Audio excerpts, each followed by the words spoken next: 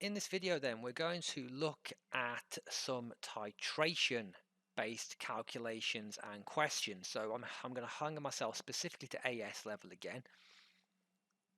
In terms of these questions, these are very much about, just basic amount of substance questions. You're only going to need the equations that you've been using before for basic mole calculations, N equals CV, mass over molar mass, things like that.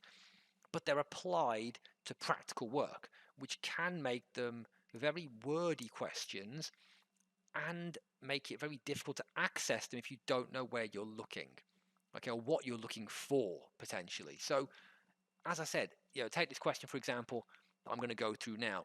You've got almost half a page really of writing to go through, and it contains a lot of key information that you need to be able to extract. So let's figure out, first of all then, as we always do, what are we actually trying to work out? So let's read a bit of the preamble.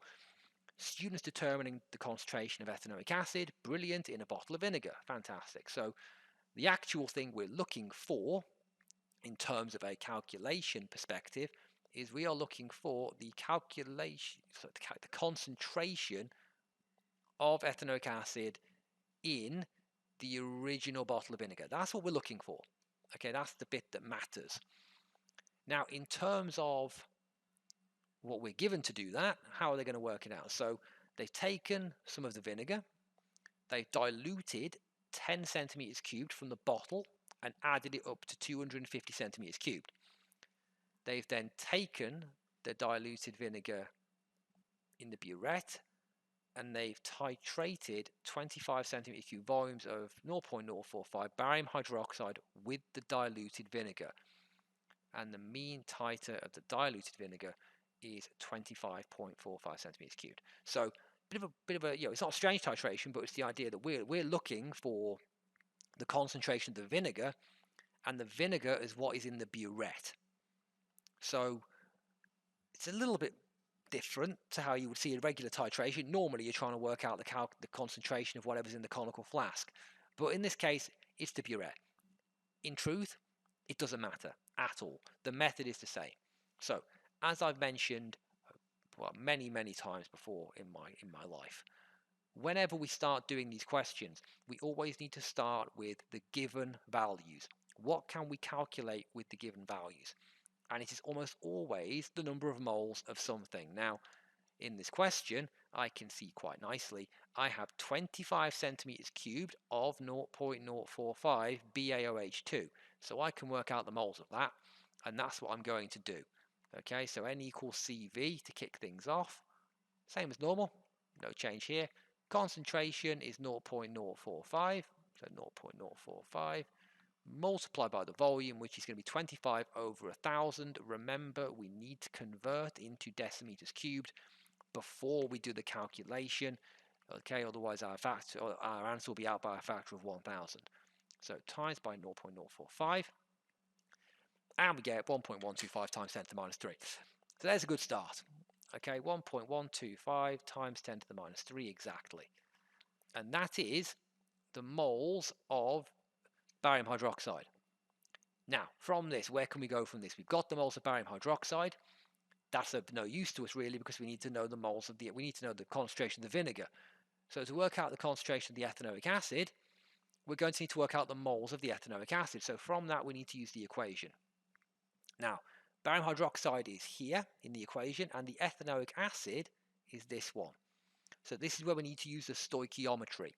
Okay, 1 mole of barium hydroxide reacts with 2 moles of ethanoic acid. So if I have 1 mole here, I have 2 moles there. So therefore, whatever the amount of barium hydroxide is, I have to times it by 2. So therefore, if we want to work out, so the moles of ethanoic acid, so the N of CH3COOH is 1.125 times 10 to the minus 3 multiplied by 2. So we times that by 2 and we get, as you might expect, 2.25 times 10 to the minus 3. So that's nice and straightforward. 2.25 times 10 to the minus 3. Now, that is the number of moles of vinegar That was in the burette. Okay. Now from here, you can work out the concentration that was in the burette. It's not necessarily useful to do that though. So there's a couple of ways about this now. So instead, what I'm going to be doing here, okay, as I said, there's multiple ways to do this. What I'm going to do is continue to work in moles. So I have 2.25 times 10 to the minus 3 moles in 25.45 centimeters cubed. Now, what I want to find out is the number of moles in the original sample. Now, if you recall, okay, I'm just going to change my color here just so I can highlight it a bit better. 25.45 centimeters cubed is what I have the moles of. Okay, so this is, be specific, in 25.45 centimeters cubed. But I want to know how many moles are in 250 centimeters cubed. That's going to give me, the actual number of moles I need to work out my final value. So how do we do this? Because normally, when it's 25 centimeters, we just times by 10 to get to 250. What we need to do, essentially, is work out what scaling factor we need to get from 25.45 up to 250. So 250 divided by 25.45 gives me 9.82. So, if I do 250 over 25.45, I get 9.82 something, something, something. Again, leave the value on the calculator, don't round it. If I multiply my number of moles by that number, 9.82, blah, blah, blah, it will give me the number of moles that are in 250. So let's give it a go, shall we? If I multiply 0.00225, which is 2.25 times 10 to the minus 3, by this scaling factor, I end up with the number of moles in 250, and that gives me, I'll just go back to blue now so we can carry on, and that gives me 0.0221 something, something, something, and that is in 250 centimeters cubed. So it's not as simple as it was before, but just timesing by 10. Okay, from going to 25 to 250, this time I've had to go from 25.45 to 250, which is slightly different. But you can easily work out the scaling factor just by doing 250 over 25.45. That tells you what you need to multiply by. So that means then I've got this many moles in 250, and that is going to be the same amount of moles I started with. Okay, so when I made it up to 250, that's how many moles I have in 250. That is also the same amount of moles I have in the original 10 centimeters cubed. Because if you think about it, all we did at the beginning is we took 10 centimeters cubed of vinegar and added a bunch of water to it. That's what this line says at the top here. So when it says dilute 10 centimeters cubed of vinegar, all they've done is taken 10 centimeters cubed of vinegar and added a load of water. They've not added any moles of vinegar here. Okay, so this number of moles, 0.0221, is the same as the amount of moles I started with in 10 centimeters cubed. They just added water to make it to 250, which makes the final part of our calculation really straightforward now, because we're looking for the concentration. And concentration is moles over volume. And we know that the original number of moles in our vinegar was 0.0221 with a bunch of numbers. And our volume that we started with is 10 centimeters cubed. So divide by 0.010. Again, I'm converting it to decimeters. And if I divide by 0.01, I end up with 2.21. Number. I'm going to round it to 2.21 because it's 2.210216111. So I'm going to call it 2.21 and leave it at 3 significant figures. So really complicated question this, because you've got a bit of a strange situation with you working out what's in the burette rather than what's in the conical flask. The stoichiometry is fairly straightforward, but this little scaling factor is really important to remember. Okay, if you're going from 25 to 250, That's easy, times by 10. 250 divided by 25 is 10. That's your scaling factor.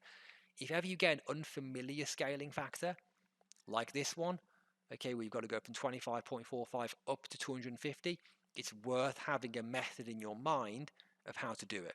And once you've done that, it's straightforward. Once you realize that the amount of moles in 250 is the same as the amount in the original sample, just divide by the original volume and you get the concentration. So, little question here. I'm just going to talk about this. This is a practical skills question. So one assumption the student made that might mean their calculated concentration is invalid. So predict with the reason how the result would differ. So this is a bit of a tricky question. It's actually a very hard question if you think about it, because it's hard to say what assumption they've made. But if you look at the question, what we've been working out specifically the amount of ethanoic acid in the vinegar. That's a very big assumption. Okay, so the assumption, okay, it's a rather big assumption really, depending on what vinegar you're using. The assumption is that the only acid present is ethanoic. Okay, because vinegar can contain other acids as well. If you look at the ingredients on a bottle of vinegar, you probably haven't just got ethanoic acid in there. There's probably other things in there as well. And if some of them are acidic, they can make a difference. So the prediction that I would make, if there are other acids present, okay, is the actual, so if the assumption isn't correct, if there are more acids present, okay, then the actual concentration, actual conc of ethanoic should be less than the experiment. Okay, would be less than experiment. Because that 2.21 could also take into account any other acids that are present. So the actual concentration of ethanoic acid would be less than the experiment if the assumption isn't correct. Okay, so if you have got more than one acid present, then the concentration you work out is a combination of all the acids, and therefore the actual concentration of ethanoic is a bit less than what the experimental reason is. Difficult question that, so just keep in mind these practical skills questions will be asked at all points, AS and A2, and it's worth this is why it's really worth understanding what you're doing and why, and not just going through the motions of doing the practical work.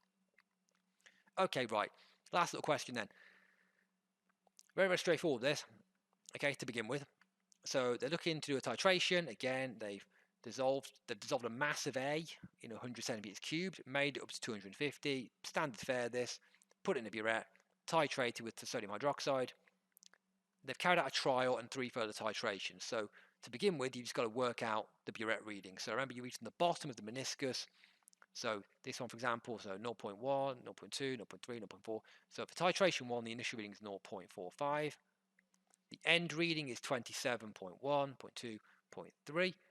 So 27.30. Please remember that all titration results must be to 2 decimal places. If you don't do it to 2 decimal places, you lose a mark instantly. There is no, there is 0 scope for error there. If I missed my second decimal place, I am losing a mark, and that is the end of it.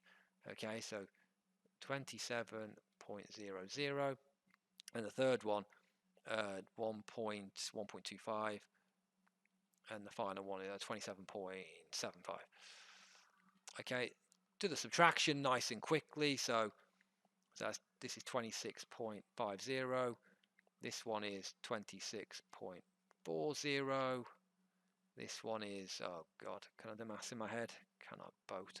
26 point, oh, you'd think I would be good at this by now.